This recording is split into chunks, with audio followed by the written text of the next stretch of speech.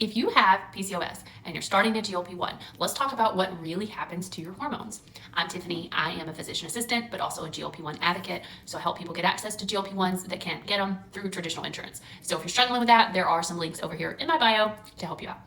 So a lot of people really think that PCOS is a hormone imbalance, but when you get down to the nitty-gritty of it, it's truly an issue with insulin resistance. So insulin is the key that opens up the doors into your cells and lets fuel get inside. But when people are insulin resistant, the locks to your door change. When that happens, your body just keeps manufacturing insulin and dumping it into your system in an effort to get those doors to open back up. This also leads to a chain reaction where you end up making excessive amounts of testosterone, and then your other hormones get out of whack. So women with PCOS almost always have insulin resistance, they have elevated levels of insulin, and they have elevated levels of testosterone in their bloodstream. Now this causes irregular periods, acne, hair growing in places it shouldn't, etc.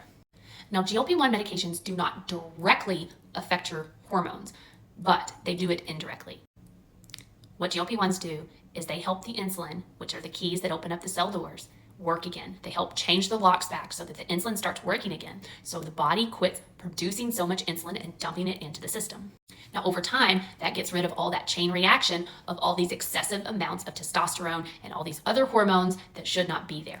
Now research shows that women that have PCOS that use GLP-1s over time will end up seeing lower amounts of free testosterone within the body, more regular menstrual cycles, and even increased fertility. Now here's where things get a little bit tricky. If you've had PCOS for a long time, a lot of those excessive amounts of hormones that were made can be stored in fat. And when we start burning fat, those hormones get released into the bloodstream.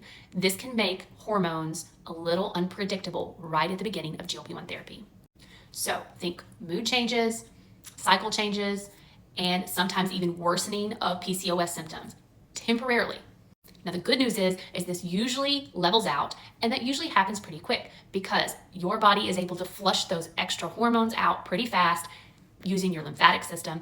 So I always tell people, make sure you drink plenty of water and your body's gonna flush out that stuff pretty quick. Over time, your hormones are going to be better balanced and you're gonna have less testosterone that's not really supposed to be there in the first place. So I always encourage people just to trust the process, because a couple of months will go by and your hormones will start rebalancing back to the way that they're supposed to be. So let me know what other questions you have about GLP-1s or hormones.